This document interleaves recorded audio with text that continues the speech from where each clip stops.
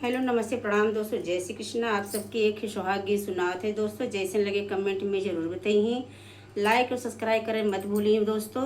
अपन प्यार और आशीर्वाद दुलार जरूर दें। पूरा वीडियो देखिए। जय माता दी।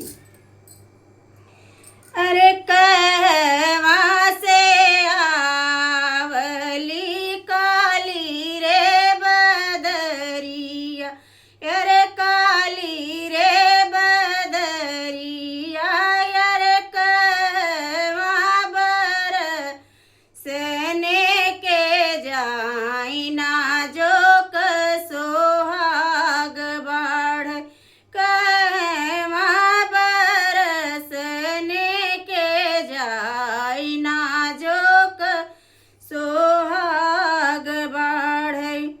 पूरबू से आवेला काली रे बदरिया, अरे काली रे बदरिया, अरे पश्चिम बरसने के जाई ना जो सोहाग बाढ़ई, पश्चिम बरसने के जाई ना जो सोहाग बाढ़ई।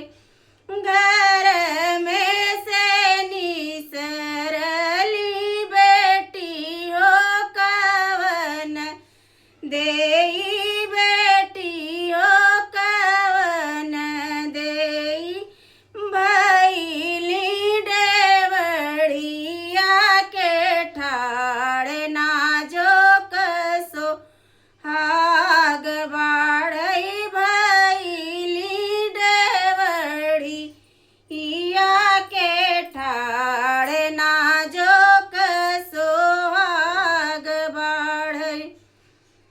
फागुन जोहिला चैत में जोहिला, चैत में जोहिला, जोहिया साढ़ बैसाख ना जो सोहाग बाढ़ई, जो ओहिला जेठ साढ़ ना जो सोहाग बाढ़ई।